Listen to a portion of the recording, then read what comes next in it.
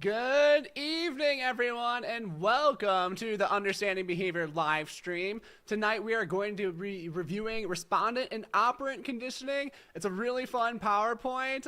It might open your eyes to some things that you never really thought about. We're going to be talking about rule-governed behavior as well in here, so it's going to be a really fun presentation. Thank you so much for being here and joining me for this. Looks like my camera might have frozen. Let's see how we're doing on that. Let me see. I'm gonna try to work that out, but hopefully, can you guys still hear me at least?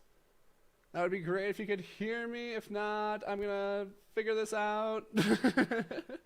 How is everybody doing tonight? Okay, can hear, can't see. Okay. Cool. I'm gonna work on this, try to get it good. I'm not totally sure the best way to do this. My stupid camera. I'm so sorry, guys. Anyway, well, we're gonna get to the presentation in a sec, so my camera's not gonna matter as much. Let's just go ahead and we'll switch over to that screen for now. So a couple things before we get started. First, really exciting news that just happened moments ago. We have passed 1,000 YouTube subscribers. So thank you so much to everybody who is already subscribed. I'm looking to bump this number up huge this year. But what a great start to get 1,000 people here that know about understanding behavior and are looking at the content. So thank you again to everybody who has participated in that. Very, very exciting. Also, we've had several understanding behavior students pass their exams in the recent week. So congratulations to Crystal, congratulations to Faiza, congratulations to Jamie, and also Casey. We've had 4 in like the last few days. We've got a lot of new BCBAs coming in understanding behavior. If you're not a BCBA yet, you're in the right place because this is where people become BCBAs for real. I'm gonna try to get this camera going again, but we'll see how it works again. I'm kind of multitasking here, so sorry if I'm a little choppy here. Well, anyway, we've got a really fun presentation. Oh, sorry, one more thing before we get into the presentation is that we are working on getting a new study group matchmaking system going. So if you're looking for study partners, either a study buddy or a study group to join, I just created a new form. It also has a new Facebook group that's designed towards people that are actively studying and going really hard at it right now. So I would highly encourage you to fill out that form. There's also opportunities to be leaders here for these study groups.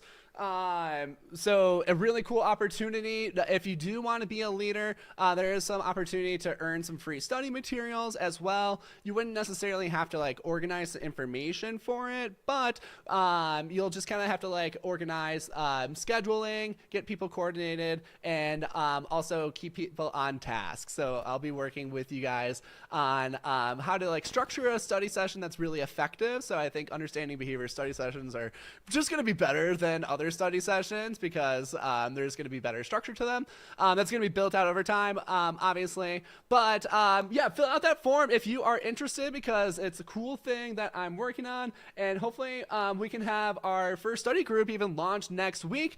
Crystal, who just passed her exam yesterday, will be leading one of our first study groups. So really excited to incorporate, get some students in leading the groups, especially somebody who's a new BCBA, just passed their exam. I think is going to be a really great leader. So thank you, Crystal, so much for taking on some leadership there.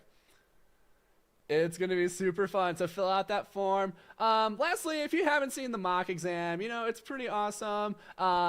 There is a new promotion on the mock exam right now. So right now it's only $35. This is expected to go up to $50 in once we get to the end of the month. So about 2 more weeks. And right now there's a new promotion. So if you pass the mock exam, if you don't pass the exam, then you will get your full money back for the mock exam. So right now we are 2 for 2. Crystal and Faiza both passed the Beat the Beast mock exam, and both of them are now BCBAs. So I think it's just a pretty good indicator if you take that exam and pass it, that you're gonna pass. And I've got my money on the line here, so so that's what's up with that. I'm just gonna take 1 second, try to get this camera going one more time. I've not been very successful at multitasking here. It looks like it is just straight frozen.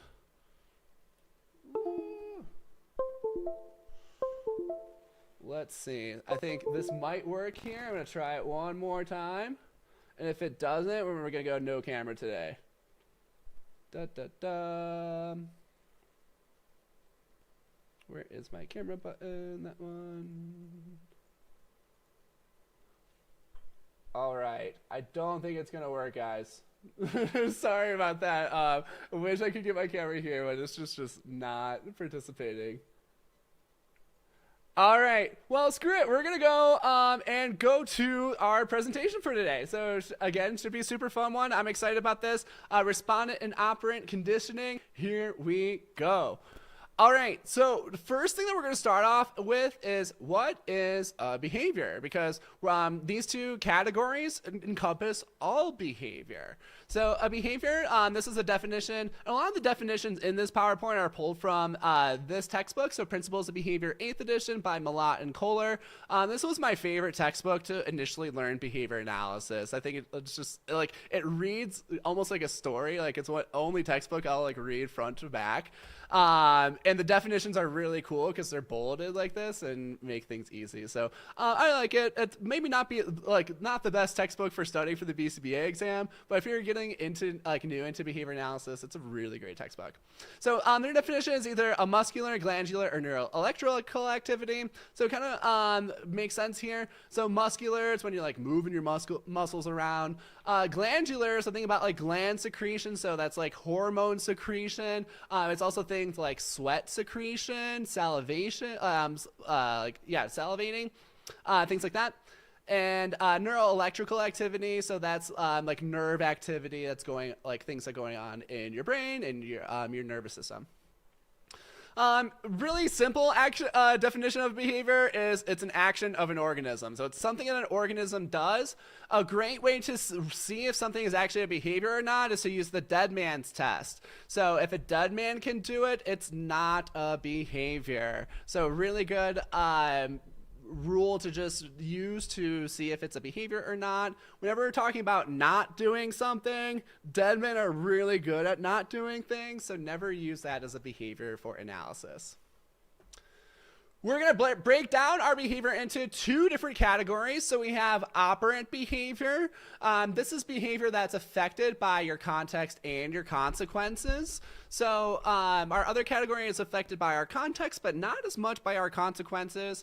So the effect by our consequences is really the big piece about operant behavior. And we can think about operant behavior. It's not the best definition, but it's a simple way to think about it, is like it's like voluntary behavior. So if I asked you to do it, you probably could. So if I said like think of an elephant, you could think of an elephant. If I said raise your hand, you could do that. And that's going to contrast with our reflexive behavior. So reflex of behavior occurs automatically when a stimulus is presented. So for example, like if I smell a pizza, like I'm gonna immediately start salivating because I freaking love pizza. And think about this as like involuntary behavior. So salivating, for example, would be an involuntary behavior. So if I just said like, hey, just start salivating a bunch right now. Like, you couldn't do it. You could maybe think about food that would make you salivate, but if thinking about the food would be the stimulus that causes that salivation to occur, and then we're right back at it with a reflexive behavior. So some other examples of these might be going back to our basic definition of behavior. It might be some of like our glandular or neuroelectrical activity. So we think about like muscle twitches. Like muscle twitches are involuntary. If we think about like hormone secretion, so like I just can't like release a bunch of testosterone or like a bunch of adrenaline like just by like thinking about it. Like I would have to expose my body to something that would cause those things to be elicited. Okay, let's just talk about the word conditioning, because I think this word kind of gets a bad rap sometime. If you've ever like talked with anti-ABA people, one of their main things is like, oh, they're just like conditioning you to be normal, or like conditioning you to like be like how they want you to be. And like what they miss there is that like everybody is being conditioned at every single moment. Conditioning equals learning. These two words are exactly the same. So whenever we talk about conditioning, it just means that we're learning something. So yeah, we're always learning something. Like every moment of your day, you're contacting or you're engaging in behavior and it's contacting different contingencies, and that is learning. Stimuli. So stimuli are conditioned through pairing with other stimuli. So we'll be talking about that a lot today. That's kind of the root of respondent conditioning. There is also operant pairing, which we'll touch on a little bit. But essentially, stimuli are conditioned through pairing with other stimuli. So this could either be like a verbal pairing, or it could just be like a temporal pairing. So they like kind of exist in time together.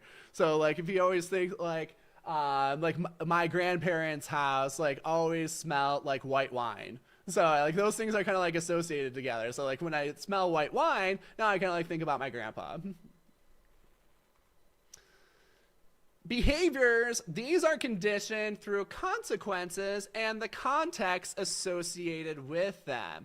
So really we're only looking at conditioning behavior with our operant conditioning, where in respondent conditioning it's more about conditioning the stimuli that relate to other stimuli, or like relate to eliciting other behavior rather.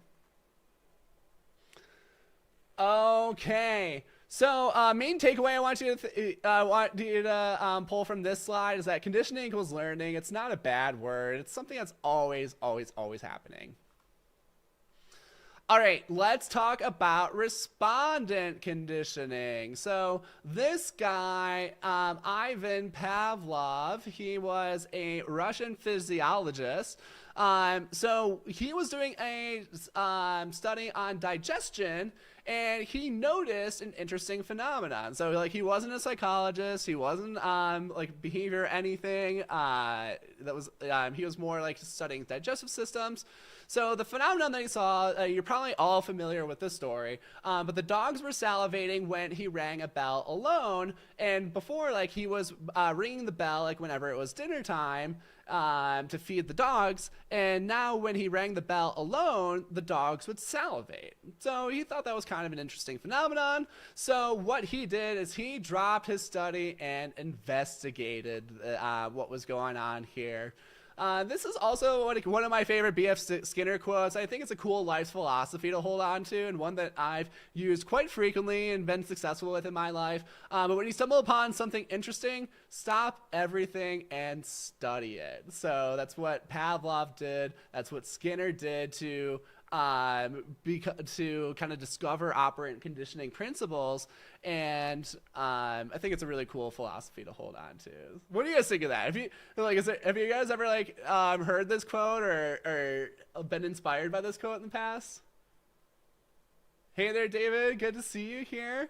I'm glad to have a huge fan in the audience. That's awesome. Yeah, it's a really good quote. Also, if you don't mind, just throw a quick like on this video. It can do so much for the algorithm, so I would really appreciate that if you could do that. Sweet. Yeah, Natalie, do it. Love it. Perfect. All right, so let's talk a little bit about respondent conditioning processes. So we have a lot of terminology when it comes to respondent conditioning. So let's start cracking at it. Luckily, a lot of these definitions are pretty simple. Again, these were pulled from Principles of Behavior. These are just the definitions that are like burned into my head because these are the ones I studied a dozen years ago when I was first learning behavior analysis. That's crazy, a dozen years now. Wow. Anyway, so neutral stimulus. This is a stimulus that has no eliciting power. So it doesn't really do anything in relation to a respondent or reflexive behavior. We have a US, which is an unconditioned stimulus. This is a stimulus that elicits an unconditioned response. So it doesn't require like any pairing. It just kind of does this naturally. Next up, we have an unconditioned response. So a response elicited by the unconditioned stimulus. Cool, kind of just reverses that definition. Now we have a conditioned stimulus. This is a stimulus that elicits a conditioned response due to pairing with a unconditioned stimulus. And then lastly, we have a conditioned response. It's a response elicited by the unconditioned stimulus.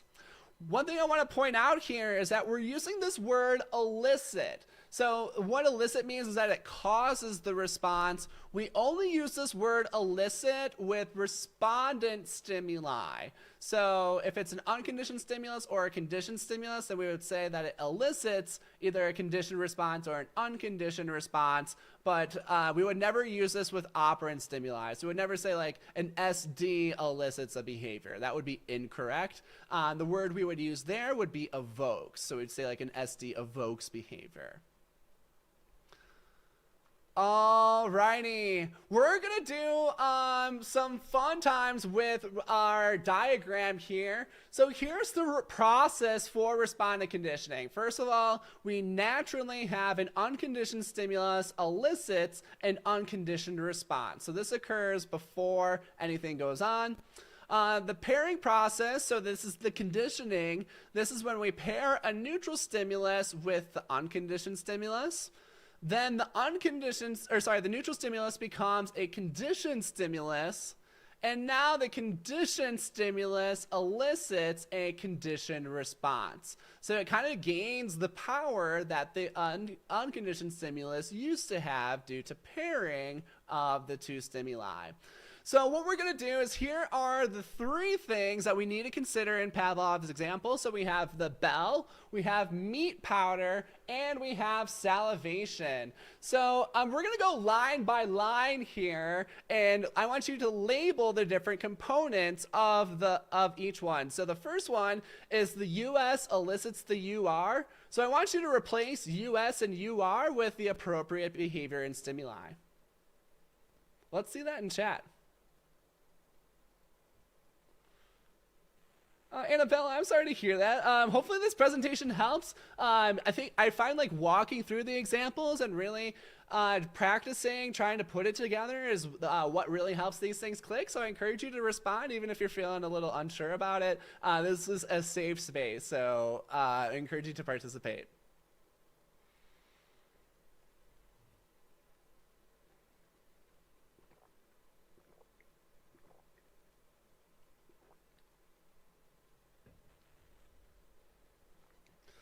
All right, so we got a couple different answers here. We have bell elicits salivation, then we have meat powder elicits salivation.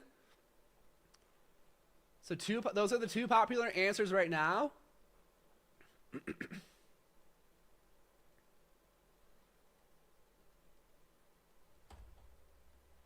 Anybody else want to take a stab at this?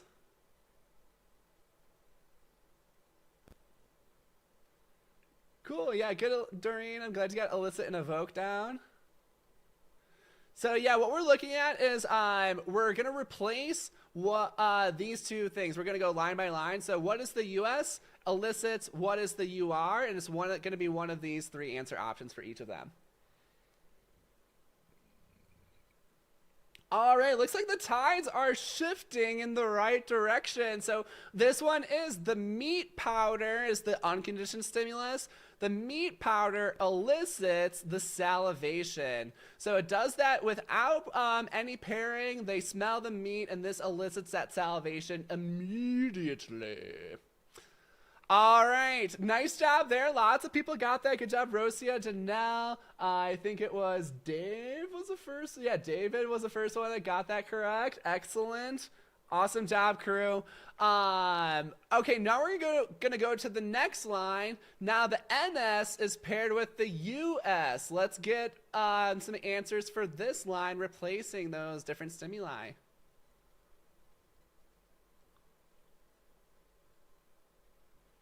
Cool, yeah, Amy, I like where you're going with your description there. So again, now we are looking at line 2. The NS is paired with the US. What do we replace those terms with for Pavlov's example?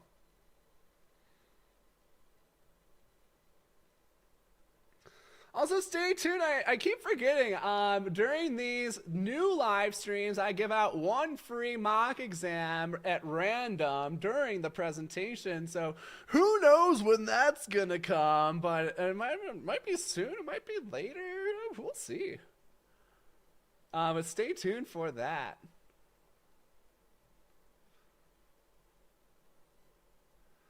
Okay, liking the answers coming through now. Yeah, Richard, right on track. Drew looks good. Nevi looks good. Great to see a lot of familiar names here. Good to see you, Rosia. Natalie as well. Awesome. Loki Lay looks good. All right, so this one, our NS is the bell, so that's the neutral stimulus. It has no eliciting power at this point. And then we're going to pair that with the unconditioned stimulus that does have eliciting power at this time. So next line, kind of weird. It's like the bell becomes the bell that now elicits salivation. So we'll skip line 3. But let's go to line 4 now. Let's go ahead and label this one out. The CS elicits the CR. What are the two things that we'll replace in that one?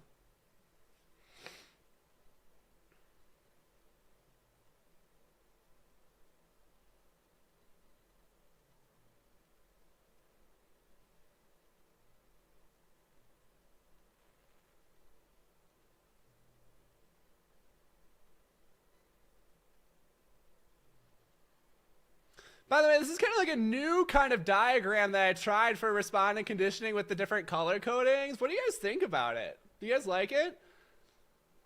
Also, if you fill out the feedback form for today, I will send you a little graphic of that as well. So I'll go ahead and drop that feedback form into chat right now if you guys like that. Cool, I'm glad you guys like it. Cool. Awesome.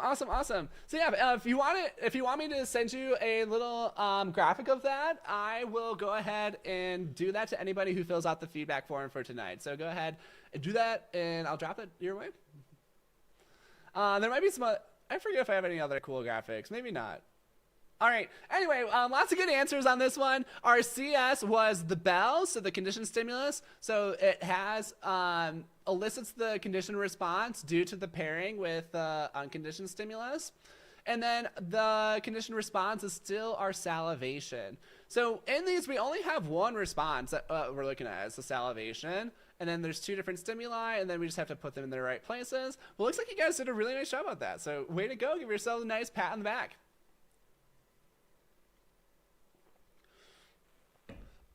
All right, let's talk a little bit more about respondent conditioning. So what I want to hit on here are the some kind of like common reflexive behaviors that we'll see. So the main category is going to be like emotional responses or feelings. And you're probably like, Nick, this is behavior analysis. We don't care about emotions or feelings. And I'm like, no, we totally do. Like, these are very real. What do you mean? For example, like here are some things that could be like reflexive behaviors, like feelings of joy. So like for me, like when I'm out on the slopes skiing on a powder day, like that just immediately like fills my body with joy. So it's a conditioned stimulus for those feelings of joy. We can also have anxiety. So I'm sure you guys can think of like one or two things that bring you some anxiety. Maybe it's this test. I don't know, but there's probably a few things. And then another one would be like intensity or anger, but really like the whole spectrum of emotions. Those could be thought of as reflexive behavior. So it's something that's triggering your body to release some kind of chemical concoction that makes you feel a certain way. So these are just reflexive behaviors. I mean, if you want to think about like the actual reflexive behavior, it's like eliciting that chemical concoction. Ashley Johnson, my mother-in-law. So is that more about eliciting anxiety or eliciting the intensity and anger? Okay, so yeah, question from Doreen. Let's check this out. So what I don't understand is they say like emotions do not cause behavior, but when someone is angry or upset and tends to act upon those feelings. Can you explain? That's a really great question, Doreen. So when we're thinking about like the respondent conditioning component and what these behaviors are, these are events that trigger these feelings. Now, we wouldn't necessarily say that these feelings create the behavior, but these feelings could set up different motivating operations for behavior. So, for example, like one of the operant principles is that if you're experiencing either extinction or punishment or like non-contingent aversive stimulation, then that's going to make aggression more likely. So there's kind of an operant and respondent relationship there where it's like, hey, if I'm experiencing something that just sucks, then I'm going to get a little bit angry and it's going to make aggression more likely. So in a way, it's more, so when we say like the emotion doesn't cause it, what we're saying is that the event caused the emotion, which caused the next behavior. So we can always link it back to like that original event. So that's what we mean by that. Cool. I'm glad that's making sense. Really cool question. I love like these like deeper philosophical questions about behavior analysis. I'll take them all day. So keep them coming if you want. All right, let's talk about the activation syndrome. So this is one that you'll almost certainly see on the exam if you see a respondent conditioning question. The activation syndrome is essentially just the fight or flight response.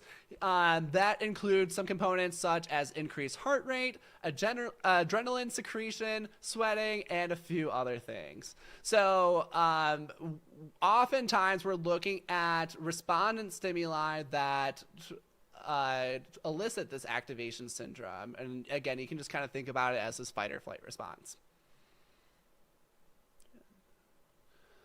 All right, let's look at one more example. So thinking about this activation syndrome, let's talk about a fear of roller coasters. So very similar to the Pavlov example, I've got our 3 different answer options for all of these boxes here. So we have the sight of roller coasters, we have a falling feeling, and then the activation syndrome. So this would be like a behavior. All right. So let's go line 1. What is the unconditioned stimulus and what does it elicit?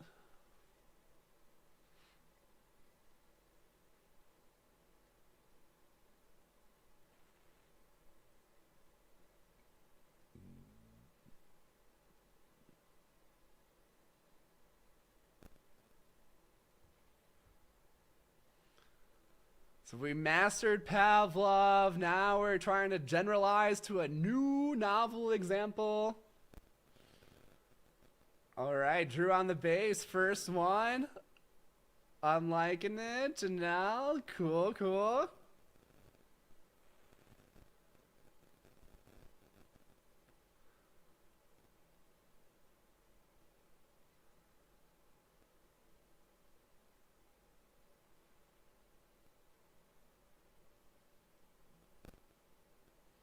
All right.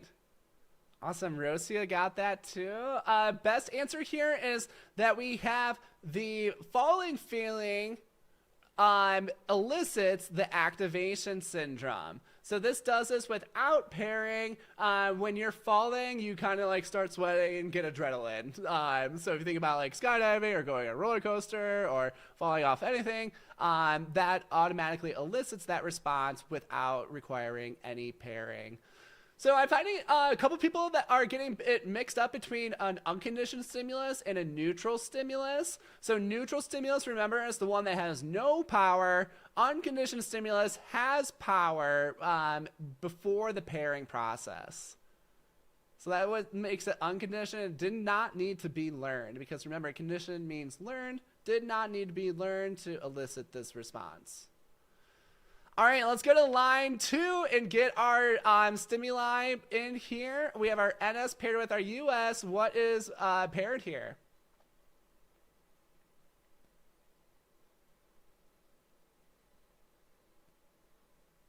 All right, Brandy's on it.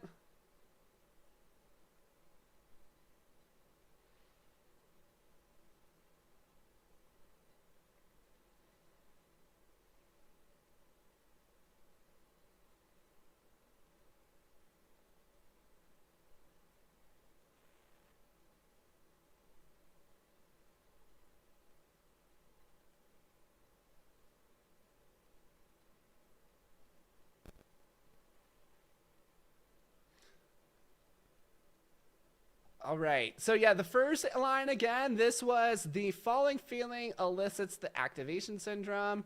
Now we're looking at line 2. Well, we've got some good answers so far. I'll give you a few more seconds to respond on that.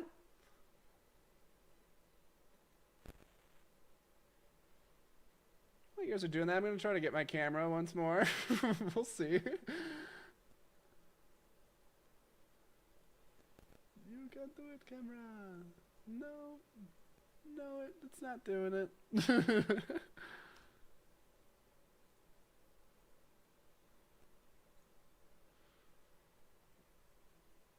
All right. Looks good, looks good. So yeah, this is the side of the roller coaster now is paired with the falling feeling. So side of roller coaster did not have the any power before, and now it gets that power due to the pairing with the unconditioned stimulus. So now we would just say the site of the roller coasters becomes a conditioned stimulus. And now let's get our fourth line here. What are we going to replace? Put in this one? Line 4. What we got? What we got?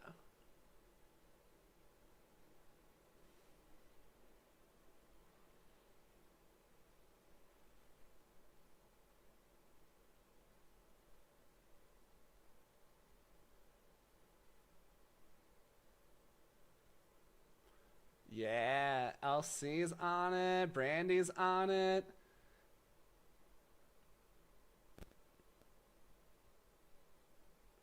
Doreen's on it, awesome. Yeah, good to know. Good, Richard. Excellent, excellent. All right, so our last one is going to be now that the site of roller coasters elicits the activation syndrome. All right. Yeah, Doreen's mentioning like it's hard to keep it all straight. Absolutely is. That's why we just take it one line at a time, keep it all simple, make sure we got our facts straight. And the more practice with these, the easier they will become. I promise you, even just after like 2 or 3 more of these, diagramming the full things, you will get a pretty strong handle of it. So if you don't feel so comfortable with it right now, rewatch this video later and try out some more examples on your own too. See if you can come up with some original examples, because that's a really great way to kind of seal in the information. Alrighty, we've got a couple more things that we will talk about for respondent conditioning, and then we'll get to operant conditioning. We won't spend quite as much time on operant conditioning, but we do have some fun stuff here. The last thing is respondent extinction, or sorry, not the last thing, we've got a couple more things, but we'll talk about respondent extinction next. Here's our definition. So this is when we are repeatedly presenting the conditioned stimulus without the unconditioned stimulus. This causes the conditioned stimulus to lose its eliciting power. So let's talk about Pavlov's example. Here's our definition. I want you to try to apply this definition to Pavlov's example. How would we do respondent extinction? And then what would happen? So actually 2 parts to that question. Let's see that in chat.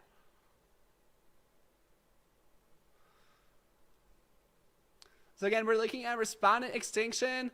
How would that occur with Pavlov's example, and what would that do? And use this definition to help you.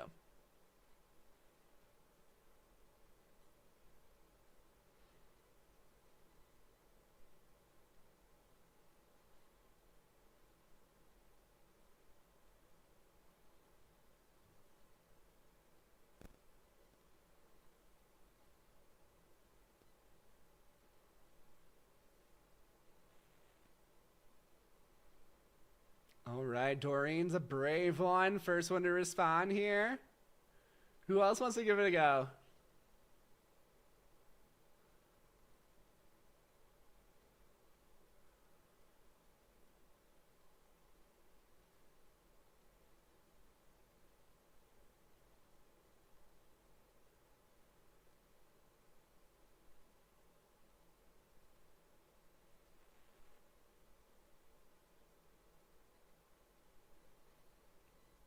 All right. Yeah, Rosie, I like where you're going. Yeah, Doreen, yours actually looked really good. And right on track. That would cause unpairing. But when we're talking about this unpairing with respondent conditioning, this is the term we'll use as respondent extinction. Unpairing, most people are going to understand what you're saying, though.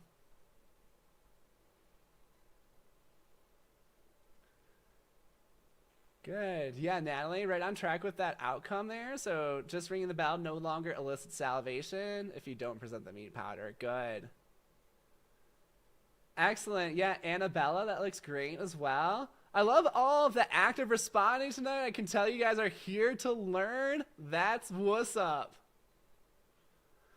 All right, so many of y'all got this. This would be repeatedly ring the bell, present the bell without the meat powder. It's so funny, like I still think I'm on camera. I'm just like mimicking like ringing a bell, even though you guys can't see me. Anyway, so presenting the bell without the meat powder. If we talked about the roller coaster example, this one kind of weird actually. Like, is this possible? Like, can we present the roller coasters without the falling feeling? And you kind of could. Like, let's just say, like you just take a firm stance and, like, I am never riding a roller coaster again for the rest of my life. And so then it's no longer paired with the falling feeling. Like, you're not going to feel the falling feeling just by seeing the roller coaster. So that might cause respondent extinction as well. Just so seeing the roller coaster wouldn't cause fear. But when you know, like, how juicy of, like, a thrill a good roller coaster can bring you, it's like, oh, yeah, I want that. So yeah, Annabella is going into my next topic, kind of beat me to it. So, like, how can people, like, ride roller coasters and not get scared, though? So it's not really through respondent extinction because, like, every time you go on a roller coaster, like, you're gonna feel the falling feeling, and that's an unconditioned stimulus. So yeah, David and Annabella kind of on it already. That's where we need to talk about habituation, which is the last term we'll talk about with respondent conditioning. So the definition here is that repeated exposures to eliciting stimuli weaken the reflexive behavior that it elicits. So if you keep riding the same roller coaster, then every time, like, the thrill's probably not going to be as good. Like, by your 20th time, especially if you did it like 20 times in like 2 days or something, like, it's still going to be fun. I mean, it's a cool roller coaster, but you're going to get desensitized to that fear component of it.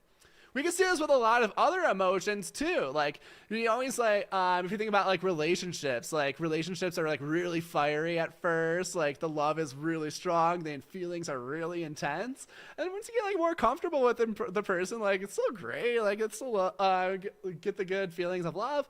They might not be as intense as those first exposures because of habituation. Same thing with like anxiety. Let's say you're really scared of public speaking. Like I remember my first time hopping on live stream, like I was terrified. I didn't know what I was doing, and I was just like stuttering over every word. But habituation, repeated exposures to it, kind of reduces that anxiety and strengthens my skills at this as well. So now I don't feel that as much. It's still there a little bit, but I don't feel as much. So that's habituation. That's going to wrap up our respondent conditioning section. Let's move on to our boy, B.F. Skinner. Rosie is asking a question. How is adaptation different than habituation? Adaptation, so I'd say like that is like adapting to your circumstances rather than like habituation is like being less responsive to reflexive stimuli. Adaptation is not really a behavioral term that we see often, so I wouldn't worry about that too much. All right, let's talk about our boy BF, operant conditioning. So operant conditioning principles, these were originally noted by Watson. I think this was in like the 1900s or 1910s maybe, so super early. Then Watson, he kind of sucked, but he got the ball rolling with behavior analysis at least. Skinner came around, I think in like the 1920s, maybe early 1930s. And then he like really took these, the principles of operant conditioning and ran with it hard. So the main thing that we need to think about with operant conditioning is the law of effect. The law of effect states that the effects of our actions determine whether or not they will be repeated. Couple key components in this definition. So we're looking at this effects. So this is the consequences of our actions. These are the most important variables of whether or not we're going to continue behavior. And again, we're looking at like whether the behavior is going to be repeated. So we're going to see more of that behavior or less of that behavior in the future. So essentially, like with operant conditioning, the basic contingency and associated consequences, I meant to say associated contexts, control all non-reflexive behavior. If we're going to think about this a little bit more simply, let's look at our basic logic behind it. So organisms, they engage in behavior to achieve more reinforcing consequences and fewer punishing consequences. It's a really simplistic view. Obviously, it's a lot more complicated than that, but a lot of the things can be kind of simplified to this. Our next bullet point here, so our contexts get associated with reinforcing or punishing consequences for behavior. So contexts are just like things that in the environment that we observe are associated with the behaviors. Some are associated in more particular ways, so like SDs and S deltas. They're associated in that they signal reinforcement. And some are just less relevant. So it just might just be like a side piece, like during or something there, like while behavior occurs. Good. I'm so glad you're enjoying this, Doreen. I'm glad you're here. All right, and then also like these contexts can also alter the likelihood of behavior. And what's also cool about operant conditioning is that all of the principles of behavior, these are experimentally validated. So there's very strong evidence that these things work in the way that we've outlined in Cooper and in other textbooks, and they're super cool. All right, so things that control operant behavior. We have a lot of different things. We're just going to go through this list fairly quickly. There is another class that we have that just goes way more into like the basics of operant conditioning. It's called the Fundamentals of Behavior course on the shop.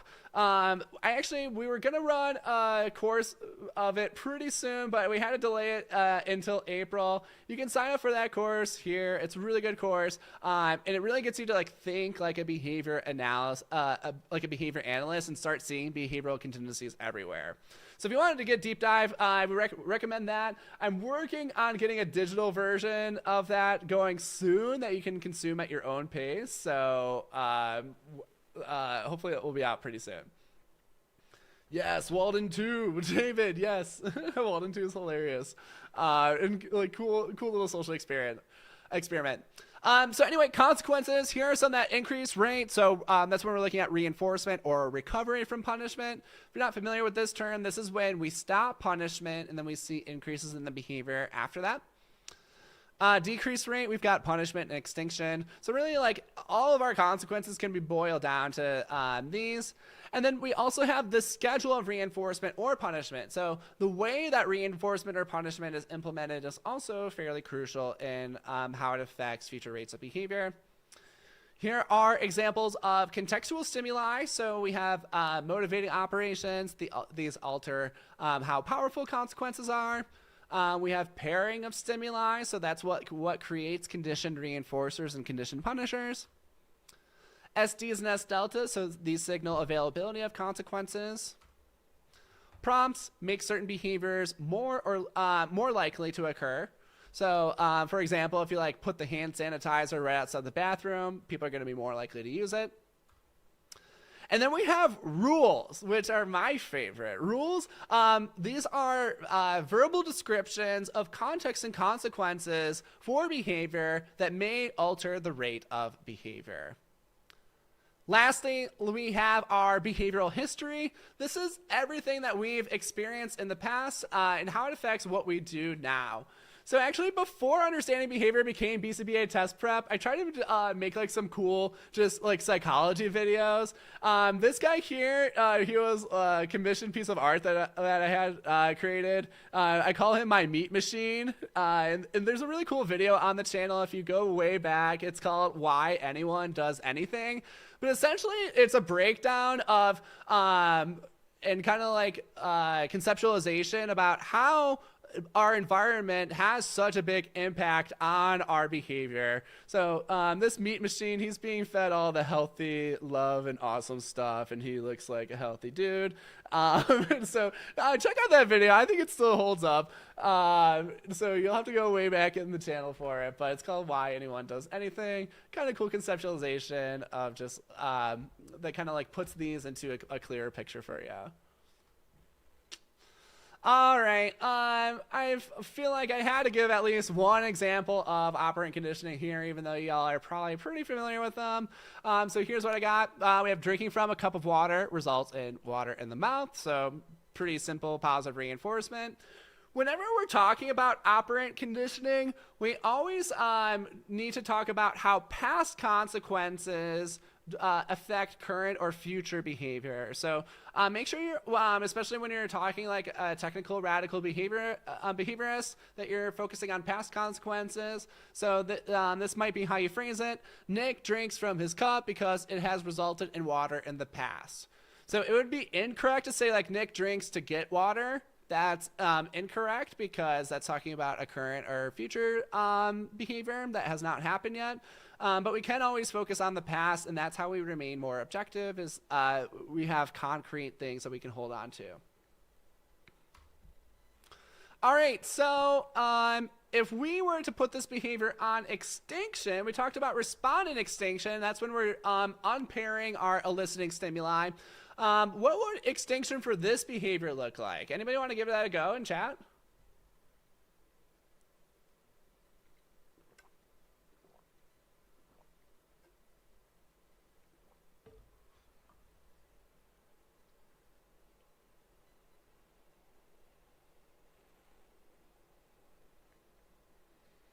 Yeah, David mentioned Walden too. Walden, so Walden was the original Walden was a philosophical work by Henry David Thoreau, and he is basically like a nature hippie and made his like utopia in this work. So Skinner followed up with Walden 2, where he kind of like described his like behavioral utopia. And essentially it's like everybody lives on a commune. There's no money involved. Everybody has to do like 3 or 4 work tasks each day. It's kind of funny just like how like rigidly structured it is. But I mean, Skinner was a very rigid dude. I mean, brilliant dude, but pretty rigid dude. But yeah, Walden 2 is a funny, like, experiment about Skinner's Utopia. Skinner is not a good writer. He's like, again, brilliant dude, brilliant ideas, but he's not a good writer. And he tries like creative writing in Walden too. He does his best, but it's just a funny book. All right. So yeah, a lot of people on track here. So this is like if we would have an empty water bottle or not having water in the cup. Yes, perfect, perfect. So if we had drinking from the cup not resulting in water, that would obviously occur if the cup is empty. So if this were the case, then drinking from the cup would decrease. So we're looking at like how the context and the consequences associated with the context change the rate of behavior. And then this would only decrease when the cup is empty, where if there was water in the cup, then this component would not necessarily have that effect because there'd be an SD that signals reinforcement for drinking from the cup if there's water in the cup. So we just made something that's so simple, drinking water, way too complicated, but that's behavior analysis. Like, even like the most mundane things can have very complex things that affect it. So even something like drinking water, we can see a lot of different things. And then this is kind of like discrimination training. Again, we have like SD, water in the cup, S delta, no water in the cup, and then they signal reinforcement and extinction appropriately. We also have a motivating operation here in play. So this would be more likely to occur when I haven't drank water in a while. So that would be something that alters the value of water, making this behavior more likely to occur. Alrighty, I think this is the last topic for this presentation. Cool, we ended up right around an hour, which is awesome. So we're going to talk about contingency shape versus rule-governed behavior. I forgot we were going to give away a mock exam. I couldn't keep you guys waiting way too long. Let's go ahead and do that. I'm going to pick a number between 1 and 250, and the closest number to that is going to win the mock exam. You can go ahead and put your number in now. I'm using a random number generator, so I will show my number. I've got it. So person who is closest to the number is going to win a free mock exam. Let's see it.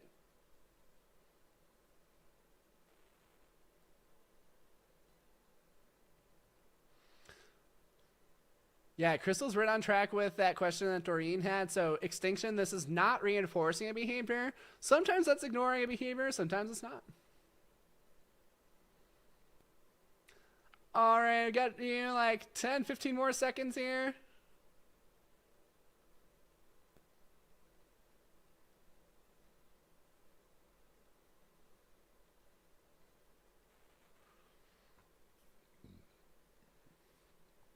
Okie dokie, last call, here we go. Our random number selected was 80, which makes T Bolin, guessing 77, our winner. So congratulations, T Bolin 24. If you could send me an email, that would be awesome. Or if you just want to drop your email in chat too, that would be cool. Here, I'll drop mine though, so you don't have to dox yourself. But yeah, congratulations, T Bolin. Send me an email and I will get you your free mock exam. Congratulations. All right, last topic for the evening. Trust me, you're gonna want to stay for this one. It's really cool. I'm not lying here. It's really cool. So we're talking about contingency shape versus rule-governed behavior. Contingency shape behavior. This is when the context and consequences control behavior, like we've been talking about. This does not require any verbal behavior, so the context and consequences can control behavior of nonverbal organisms as well. And then it's controlled by engaging in the behavior, experiencing the consequences, and then having the rate change based off of those consequences for the behavior. Rule-governed behavior, on the other hand, so this is behavior that's under the control of a rule. So a rule is basically a verbal description of a behavioral contingency, and this can control the behavior even if the behavior has never occurred before. Rule-governed behavior does require that the organism has some verbal behavior. And lastly, the rule can control the behavior without contacting consequences. So let's go through and like a quick example of a rule. So let's say if I eat 3 pints of ice cream, I'm going to have a really sick tummy. That's a rule. So it describes like if this behavior occurs, what's the consequence going to be? And I might not get a sick tummy immediately, but the sick tummy could happen later. One more thing that I should have put on this slide is that rule-governed behavior can control a behavior even if the consequence is delayed. So if a consequence follows the behavior by more than 60 seconds, then it cannot be a contingency-shaped behavior. It does require some rule governance for that behavior to occur. So for example, it's like if I work 30 hours, then I'm going to get a paycheck for 30 hours of work. So that's a rule. The paycheck is delivered way later than you do the work, but that can still control the behavior. So that would be a rule-governed behavior, not a contingency-shaped behavior. All right, so let's talk about what makes a rule effective. This is what they don't teach you in grad school, but is like super duper useful for good behavior analysis. So rules that describe consequences that are probable and powerful are effective. So think about these two things. Probable, so it's like there's a strong SD showing reinforcement, and powerful, where it's a very high value reinforcer or a high value aversive stimulus that this behavior would result in.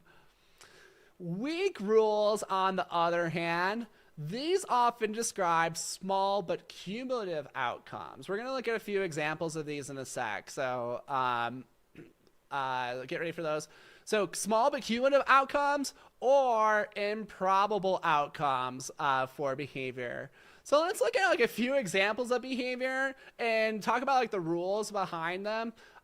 So eating ice cream.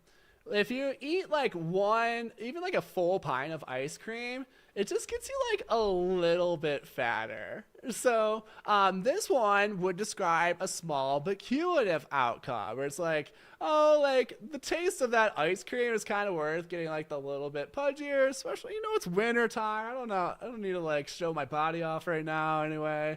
So this one would be a weak rule because it describes a small but cumulative outcome. Christine is asking a question. Would sunburn be a rule-governed behavior since it's delayed?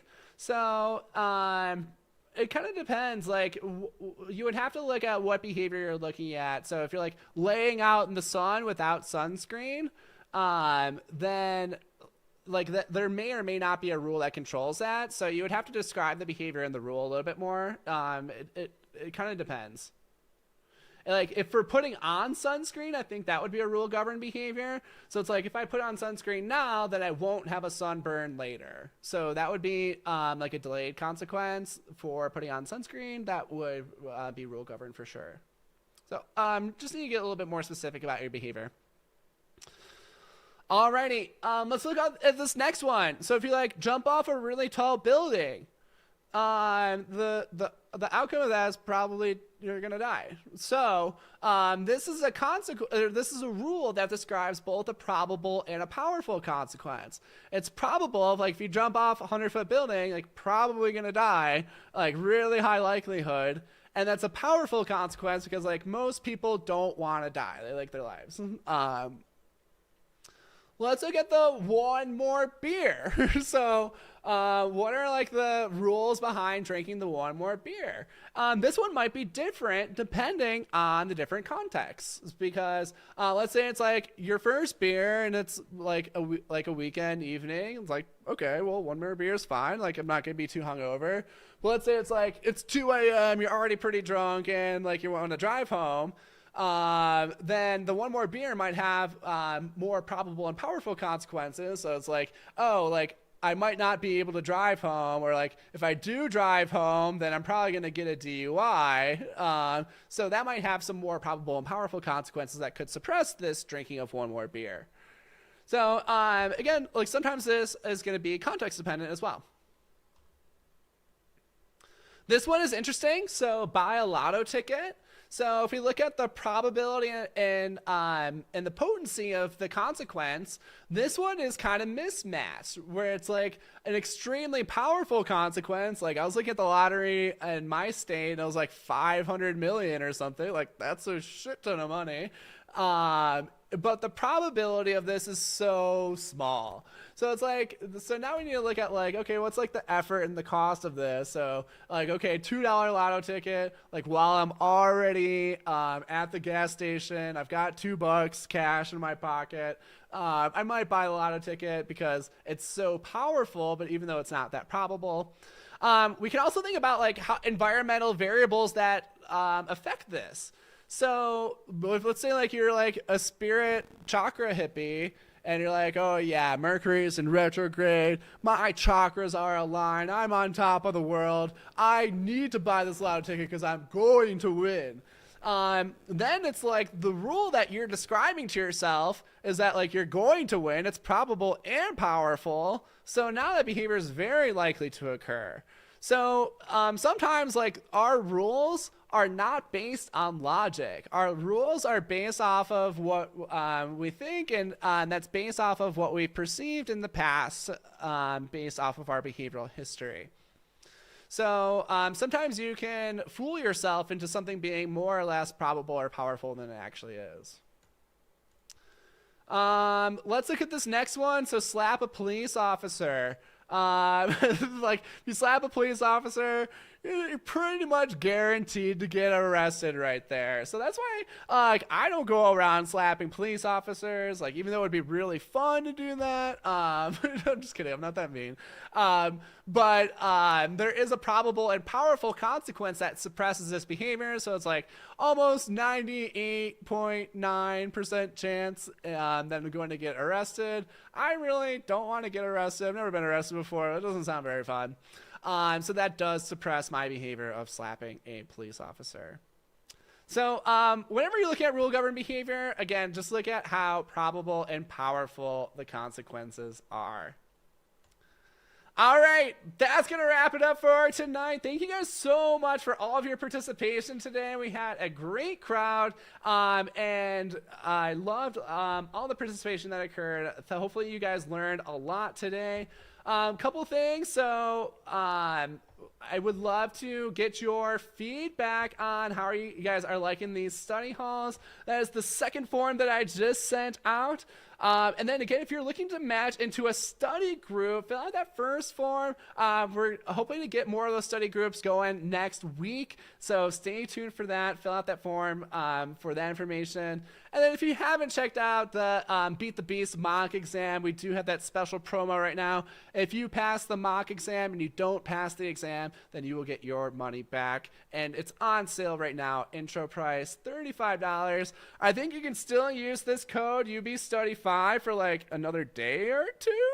And you can get $5 off of that intro price too. The study groups will be free. Totally free. All right. Well, thank you guys so much again for coming. And thank you so much for everybody who's been supporting the channel. We made it to 1,000 subscribers. Anyway, thank you guys so much. Appreciate you all. And I hope you have a lovely evening. Take care and catch you in the next one. Bye.